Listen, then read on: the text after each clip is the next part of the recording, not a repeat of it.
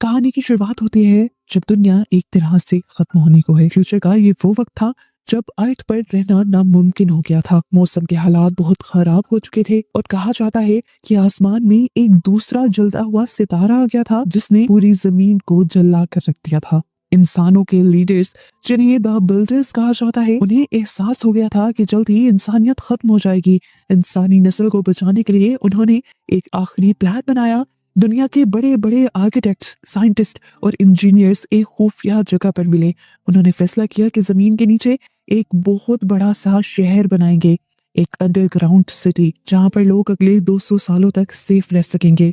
उनका मानना था कि 200 साल बाद ये जमीन दोबारा रहने के लायक हो जाएगी। इस शहर का नाम इन्होंने सिटी ऑफ एम्बर रखा। लोग वहां से बाहर कब और कैसे निकलेंगे, इसके लिए बिल्डर्स ने एक छोटा सा लेकिन बहुत ही खास मेटल का बॉक्स बनाया। इस बॉक्स के अंदर उन्होंने जरूरी इंस्ट्रक्शंस रखी थी और साथ ही एक नक्शा इस शहर से बाहर निकलने के लिए, और शहर से बाहर निकलने का तरीका भी इसी में लिखा हुआ था। इस बॉक्स पर एक टाइमर सेट किया गया था जो ठीक 200 साल बाद अपने आप खुलने वाला था। एम्बर की जो पहली मेयर थी, उन्हें ये बॉक्स दिया गया और कहा गया कि इसे संभाल कर रखना है और अपने बाद अपने आने वाले मेयर को देना है। प्लान सिंपल था, ये बॉक्स एक मेयर से दूसरी मेयर तक जाता रहेगा जब तक सही वक्त नहीं आ जाएगा। काफी लंबे अरसे तक तो मेयर अपना ये रिचुअल करते रहे कि नहीं, ये बॉक्स आने वाले मेयर को देते रहे, लेकिन फिर किस्मत को कुछ और ही मंजूर था। जब ये बॉक्स 7वें मेयर तक पहुंचा तो वो अचानक बीमार पड़ गया और इससे पहले कि वो ये बॉक्स दूसरे मेयर को दे पाता, उनकी वहीं पर मौत हो गई। मौत की अफरा तफरी में ये बॉक्स किसी को दिया ही नहीं गया। वो बस एक पुरानी अलमारी में पुराने कपड़े के बीच कहीं खो गया और लोग उसे भूल गए। जो चेन बनी हुई थी वो टूट गई। एम्बर के लोग भूल ही गए कि उन्हें कभी वहां से बाहर भी निकलना था। वक्त गुजरता गया, वो 200 साल पूरे हो गए और अलमारी के अंदर अंधेरे में रखा हुआ बॉक्स अपने आप खुल गया, लेकिन उसे देखने वाला वहां कोई नहीं था। अब आज के वक्त में सिटी ऑफ एम्बर के हालात बहुत खराब हो चुके हैं। शहर टूट रहा है। वो बड़ा सा जनरेटर जो पूरे शहर को बिजली और रोशनी देता है, वो अब जवाब दे रहा है। शहर में ब्लैकआउट्स यानी अंधेरा होना बहुत आम बात हो गई है और अब तो यहाँ लंबे लंबे समय तक अंधेरा रहता है। गोदाम जो पहले खाने पीने की चीजों से भरे होते थे अब खाली हो रहे हैं। लोग डरे हुए हैं, लेकिन वहां की सरकार उन्हें झूठ बोलती है कि सब कुछ कंट्रोल में है। हमें शहर के हालात का असली पता तब चलता है जब वहां एक बहुत बड़ा दिन आता है जिसे असाइनमेंट डे कहते हैं। ये वो दिन है जब स्कूल खत्म करने वाले बच्चों को जिंदगी भर के लिए एक जॉब दी जाती है। एम्बर में आप अपनी मर्जी से जॉब नहीं चुन सकते। आपको एक बैग में से पर्ची निकालनी होती है और उस पर्ची पर लिखी हुई जॉब आपको पूरी जिंदगी करनी पड़ती है। यहाँ हम दो मेन कैरेक्टर्स से मिलते हैं। पहला है डॉन हेरो जो कि इलेक्ट्रिशियन बनना चाहता है ताकि वो जनरेटर ठीक कर सके, और दूसरी तरफ है लीना, एक चुलबुली सी लड़की जिसका सपना है कि वो मैसेंजर बने ताकि उसे पूरे शहर में भागने दौड़ने की परमिशन मिल सके। जब पर्ची निकालने की बारी आती है तो किस्मत उल्टा खेल खेलती है। लीना के हाथ में पाइप वर्कर लेबर की जॉब आ जाती है, जिसका मतलब है कि वो शहर के नीचे अंधेरी सुरंगों में काम करेगी। वहीं दूसरी तरफ डॉन को मैसेंजर की जॉब मिलती है और ये दोनों ही अपनी जॉब देखकर बहुत ही ज्यादा उदास हो जाते हैं। डॉन तो कुछ ज्यादा ही उदास है क्योंकि इधर उधर पहुंचकर वो जब सबको सबके मैसेजेस डिलीवर करेगा तो जनरेटर किस तरह ठीक करेगा। मौका देखकर लीना डॉन से ये जॉब बदलने की बात कहती है और डॉन फौरन ही मान जाता है क्योंकि पाइप वर्क्स जनरेटर के पास ही है। अगर वो पाइप वर्क्स का काम लेगा तो जल्द ही जनरेटर तक भी पहुंचने का मौका मिल ही जाएगा। ये दोनों आपस में अपनी जैकेट्स बदल लेते हैं और दोनों को ही काम मिल जाता है जो वो चाहते थे। लीना आप खुशी खुशी भागते हुए घर जाती है ये खबर सुनाने के लिए। वो अपनी बूढ़ी दादी और अपनी छोटी बहन पॉपी के साथ रहती है। दादी की तबीयत ठीक नहीं रहती, उनकी याददाश्त अब कमजोर हो रही है और वो दिन भर अपनी अलमारी में कुछ ना कुछ ढूंढती रहती हैं। उनको लगता है कि उनकी कोई बहुत ही जरूरी चीज गुम हो गई है, पर उन्हें याद ही नहीं आ रहा कि वो क्या चीज है। इधर हमें डॉन को दिखाया जाता है जिसका पहला दिन टनल्स में शुरू होता है। वहाँ वो एक पुराने वर्कर सोल से मिलता है।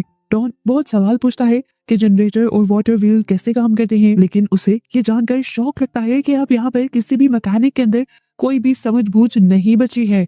बच्चों की मर्जी से ना उनको जॉब मिलने की वजह से काफी सारे बच्चों को दरमियान में इंटरेस्ट ही नहीं रहा मैकेनिक सीखने का, और इस तरह वो नॉलेज आगे बढ़ ही नहीं पाया और वहीं पर खत्म हो चुका है। जनरेटर भी अब पैचेस के सहारे चल रहा है, उसे ठीक करने वाला कोई नहीं है और यहाँ पर डॉन को एहसास होता है कि हालात उसकी सोच से भी ज्यादा खराब हैं। एक तरफ डॉन अपनी जॉब और चीजों को लेकर बहुत ज्यादा परेशान है, दूसरी तरफ लीना अपनी जॉब को लेकर बहुत ही ज्यादा खुश है। वो रेड कैप रेड शॉल लिए भागती फिरती है पूरे शहर में। ये नहीं जानती कि कुछ दिन में ये शहर तहस नहस होने वाला है।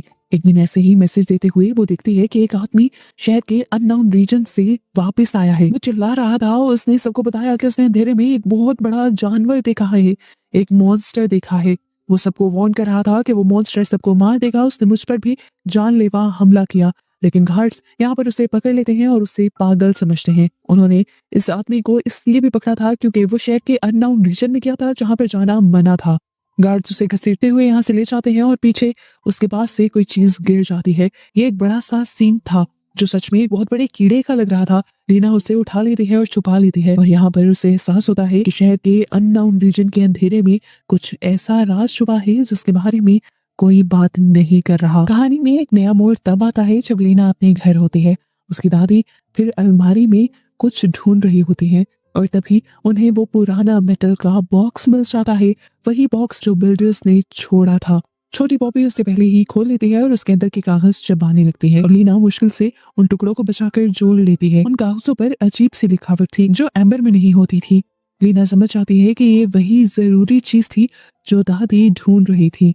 लीना उन टुकड़ों को कागज की पजल की तरह जोड़ने की कोशिश करती है और उसे कुछ कुछ लफ्ज समझ आते हैं, जिस तरह इंस्ट्रक्शन, रिवर, डोर। उसे यकीन हो जाता है कि ये वही शहर को बचाने का रास्ता है जिसके बारे में कभी उसने अपने दादा और अपने बाबा से सुना था। वो इसे लेकर मेयर कोल के पास चली जाती है, लेकिन मेयर को लोगों को बचाने में कोई इंटरेस्ट नहीं था। वो एक करप्ट और मतलबी आदमी है जो लोगों को झूठी तसल्ली देता रहता है, जबकि असल में वो शहर का बचा कुचा राशन अपने लिए छुपा रहा है। जब लीना उसके ऑफिस में होती है, वो दीवार पर लगे पुराने मेयर की तस्वीरों में वही मेटल बॉक्स देखती है जो 7वें मेयर के हाथ में था और वो 7वां मेयर असल में लीना के ही दादा थे। अब उसे पक्का यकीन हो जाता है कि ये बॉक्स बहुत ही खास है। लीना को लगता है कि उसे मदद की जरूरत है, इसीलिए वो डॉन के पास जाती है। दोनों मिलकर समझने की कोशिश करते हैं। उन्हें समझ आता है कि ये इंस्ट्रक्शंस पाइप वर्क्स की तरफ इशारा कर रही हैं जहां डॉन काम करता है। कागज पर एक दरवाजे का और बाहर निकलने का भी जिक्र था। वो समझ आते हैं कि यहाँ पर उन बिल्डर्स ने उन्हें मारने के लिए नहीं छोड़ा था, बल्कि यहाँ से बाहर निकलने का भी एक रास्ता बनाया गया था। जब डॉन टनल के अंदर काम कर रहा होता है तो उसे वहां पर एक खुफिया कमरा नंबर 351 दिखता है जो लॉक है। वहां उसे एक बड़ा सा जानवर भी दिखाई देता है, एक म्यूटेटेड मोल जैसा कीड़ा, जिसे देखकर वो बहुत ज्यादा डर जाता है और वो कीड़ा भी उसका पीछा करता है। इससे साफ जाहिर हो जाता है कि अब इस बंकर्स के अंदर और रहना ज्यादा खतरनाक हो चुका है। अब यहाँ पर मॉन्स्टर्स पैदा होने लगे हैं। आज एक हुआ है, कल 2 होंगे और फिर हजारों, और ये इंसानों को खत्म कर देंगे। बाद में लीना और डॉन देखते हैं कि जो फूड गार्ड है, जो सारे राशन की रखवाली करता है, वो चुपके से उस कमरे के अंदर जा रहा था। उन्हें लगता है कि लूपर चोरी कर रहा है। जब वो किसी तरह उस कमरे के अंदर घुसते हैं तो वो हैरान रह जाते हैं। ये कमरा उन चीजों से भरा हुआ था जो चीजें कई अरसा पहले बता दी गई थी, ये अब इस बंकर्स में खत्म हो गई हैं। इसलिए शौक उन्हें तब लगता है जब वो मेयर कोल को उस कमरे में बैठा हुआ देखते हैं। मेयर चोरी की जांच नहीं कर रहा था, वो खुद चोरी करवा रहा था और खुद वहां पर बैठकर वो आराम से खाने पीने की अय्याशी कर रहा था। उसने अपने लिए इतना खाना स्टोर कर पा लिया था कि वो पूरी जिंदगी खा सकता था, चाहे बाकी लोग भूख से मर जाते। यहाँ पर लीना और डॉन को समझ आ गई कि मेयर का कोई भरोसा नहीं है। अब उन्हें अकेले ही सब कुछ करना होगा। वो वापस उन इंस्ट्रक्शंस पर ध्यान देते हैं। कागज में एक मार्क वाले पत्थर का जिक्र था। डॉन को याद आता है कि उसने टनल के अंदर एक पत्थर देखा था जिस पर अजीब सा निशान बना था। उन्हें समझ आ जाती है कि बाहर निकलने का रास्ता शहर के नीचे बहने वाली नदी के पास छुपा है। और इन सारी रिसर्चेस के दौरान लीना को एक बहुत ही दुखी बात ये भी पता चलती है कि सालों पहले लीना के डैड ने भी लीना की तरह ही इस जगह से बाहर निकलने का रास्ता ढूंढने की कोशिश की थी, लेकिन वो अपने साथियों के साथ मारे गए और कभी भी इस मिशन में कामयाब होकर बाहर ना आ सके। यानी उनका प्लान फेल हो गया था। उन्होंने जिस टनल से बाहर निकलने की कोशिश की थी उस टनल में पानी भर गया था और लीना के डैड डूब गए थे। यही वजह है कि डॉन के डैड अब डरपोक हो गए हैं, क्योंकि वो उनका साथ दे रहे थे और अब वो नहीं चाहते कि उनका बेटा कोई भी खतरनाक काम करे। इस सच्चाई से जहाँ लीना और डॉन हिम्मत छोड़ भी सकते थे, वो इस सच्चाई को अपनी कमजोरी नहीं बल्कि अपनी हिम्मत बना लेते हैं और ठान लेते हैं कि वो अपने डैड्स का अधूरा काम पूरा करेंगे। यहाँ एम्बर में उनका फेस्टिवल भी आ जाता है।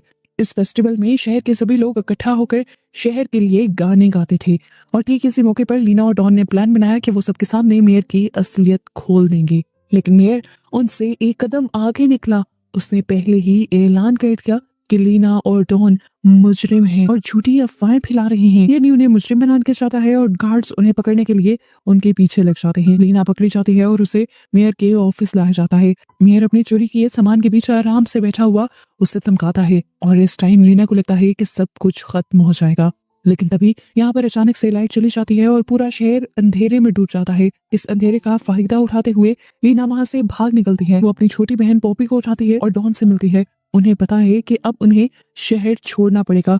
वो भागकर नीचे पाइप वर्क्स में पहुंच जाती हैं। इंस्ट्रक्शंस को फॉलो करते हुए उन्हें एक छुपा हुआ मैकेनिज्म मिलता है। इसमें नदी के पानी का लेवल कम करना और कुछ वॉल्व्स घुमाना शामिल थे। ये काम मुश्किल था लेकिन वो अपनी पूरी ताकत लगा देते हैं। उन्हें वहाँ एक खुफिया लॉकर मिलता है जिसमें पुरानी लेकिन मजबूत बोट्स रखी हुई थी। दिखने में तो पहले ये अलमारियां लग रही थी लेकिन जैसे ही वो नीचे गिरी तब उन्हें समझ आया कि ये बोट्स हैं। ये बोट्स ऐसी चीजें थी जो इन्होंने पहले कभी नहीं देखी थी। वो उनमें से एक बोट को तेज बहने वाली नदी के अंदर उतार देते हैं और खुद उसमें बैठकर इंस्ट्रक्शंस के मुताबिक वहां से निकलने ही वाले होते हैं कि मेयर वहां आ जाता है। वो भी सिंगिंग सेरेमनी से भाग आया था क्योंकि वो जानता था कि आज जनरेटर फटने वाला है। ये अफवाह पूरे शहर में फैल गई थी। पूरे शहर में अफरा तफरी थी और मेयर यहाँ पर सिर्फ अपने आप को एक खुफिया बंकर में छुपाने आया था जहाँ रहकर उसकी जान बच सकती थी। लेकिन जैसे ही वो अपने छुपाए हुए खाने वाले कमरे में घुसता है तो वहीं पर अचानक वो बड़ा सा मॉन्स्टर आ जाता है जिसे हमने पहले भी देखा था। मेयर खुद ही अपनी लालच की जाल में फंस गए उस जानवर का शिकार बन जाता है। लीना, डॉन और वो छोटी पॉपी तीनों मिलकर उस बोट में बैठ जाते हैं। डॉन का बॉस वो बूढ़ा वर्कर सोल उनकी मदद करता है। वो पानी के प्रेशर को कंट्रोल करने के लिए एक लीवर पकड़कर खड़ा हो जाता है। ये लीवर खराब हो चुका था, वो अपने कंट्रोल में नहीं आ रहा था, इसीलिए सोल ने अपनी जान जोखिम में डाल दी ताकि उन्हें बाहर भागने का मौका मिल सके। जैसे ही पनबिल चलने की वजह से पानी का बहाव तेज होता है तो इनकी नाव भी वहां से गुजरती हुई एक खुफिया खाई के अंदर चली जाती है। यहाँ बहुत ही ज्यादा अंधेरा था और हर चीज बहुत ही ज्यादा डरावनी लग रही थी। ये हाई स्पीड वाटर स्लाइड जैसा था और इन्हें डर भी बहुत ज्यादा लग रहा था। अंधेरे में घूमती हुई उनकी बोट बड़े बड़े झरनों से होती हुई नीचे गिराती है एक बहुत बड़ी केव के अंदर। वहां दीवार पर उन्हें बिल्डर्स का लिखा हुआ एक मैसेज दिखाई देता है जो उस टाइम वहां आने वालों के वेलकम के लिए उन्होंने लिखा था। और ये पढ़कर इन दोनों को एहसास हो जाता है कि ये लोग फाइनली कामयाब हो गए थे। इनकी खुशी का तो कोई ठिकाना ही नहीं था। यहाँ से अब इन्हें बहुत ही लंबी सीढ़ियां चढ़नी थी। ये उन गोल गोल सीढ़ियों को चढ़ना शुरू कर देते हैं। घंटों चढ़ने के बाद उन्हें ऊपर से थोड़ी सी रोशनी दिखाई देती है। थोड़ी सी और सीढ़ियां चढ़ने के बाद वो ऊपर की चीजें हटाते हैं और फाइनली पहली मर्तबा जमीन पर आसमान के नीचे सांस लेते हैं। लेकिन अफसोस, ये जमीन पर भी उतना ही अंधेरा था जितना नीचे था। असल में ये लोग तो पैदा होने से अब तक कभी जमीन पर गए ही नहीं थे। इन्हें रात का तो कोई कॉन्सेप्ट था ही नहीं। ये लोग बहुत ही ज्यादा उदास हो गए थे लेकिन फिलहाल चांद और सितारों को देखकर खुश भी थे। अब ये लोग यहाँ आ गए थे, वापिस जाने का तो कोई रास्ता ही नहीं था। ये लोग यही सो जाते हैं और सुबह इनकी आंख रोशनी से खुलती है। आसमान में ये लोग देखते हैं तो आहिस्ता आहिस्ता एक तरफ से सूरज उग रहा था। सूरज की रोशनी पड़ते ही यहाँ पर सारे परिंदे उड़ने लग जाते हैं और चहचहाने लग जाते हैं। ये सारा नजारा ये लोग पहली मर्तबा देख रहे थे। हरियाली, परिंदे, ये दुनिया बिल्कुल पहले जैसी हो गई थी। हर चीज को देखकर ये लोग हैरान भी थे और खुश भी। इन चीजों के बारे में कभी इन्होंने बस किताबों में ही पढ़ा था और आज ये लोग उसे देख भी रहे थे। आज दुनिया हरी भरी जिंदा थी। वो जो दूसरा सितारा जमीन के करीब आ गया था वो भी यहाँ से जा चुका था। वो लोग खुशी खुशी जमीन पे घूमने लग जाते हैं और घूमते हुए उन्हें एक गहरा गड्ढा दिखाई देता है जो मोटी ग्लास से ढका हुआ था। जब उन्होंने वहां से नीचे झांका तो उन्हें गहराई में छोटी छोटी लाइट्स दिखाई दी। उन्हें एहसास हुआ कि वो ठीक एम्बर सिटी के ऊपर खड़े हैं। वो आप नीचे लोगों को देख पा रहे थे जो इस टाइम शहर के मेन एरिया में खड़े अपना जश्न मना रहे थे। यहाँ पर डॉन ने एक मैसेज लिखा और सबको बाहर निकलने का रास्ता बताया और ये भी लिखा कि वो बाहर निकल चुका है। और उस मैसेज को उसने पत्थर में लुपेटकर नीचे शहर के बीचों बीच फेंक दिया। वो पत्थर जाकर एम्बर शहर की सड़क पर गिरता है और लकीली मिल जाता है डॉन के डैड को जो उस टाइम अपने बेटे को ही ढूंढ रहे थे। उन्होंने जैसे ही इस पत्थर के कागज पर लिखा हुआ मैसेज पढ़ा तो उनके अंदर भी उम्मीद की एक किरण जाग गई। और ऐसे फिर ये कहानी इस उम्मीद, इस यकीन के साथ खत्म होती है कि सच्चाई लोगों तक पहुंच गई है। बुरा मेयर मर गया, राज खुल गया और बाहर आने का रास्ता अब सबके लिए खुल चुका है। लीना, डॉन और बॉबी सूरज की रोशनी में खड़े हैं, ताजा हवा में सांस ले रहे हैं, एक नई जिंदगी शुरू करने के लिए तैयार हैं, ये जानते हुए कि जल्द ही एम्बर के बाकी लोग भी उनके साथ होंगे। वो लंबी अंधेरी रात अब आखिर खत्म हो चुकी थी।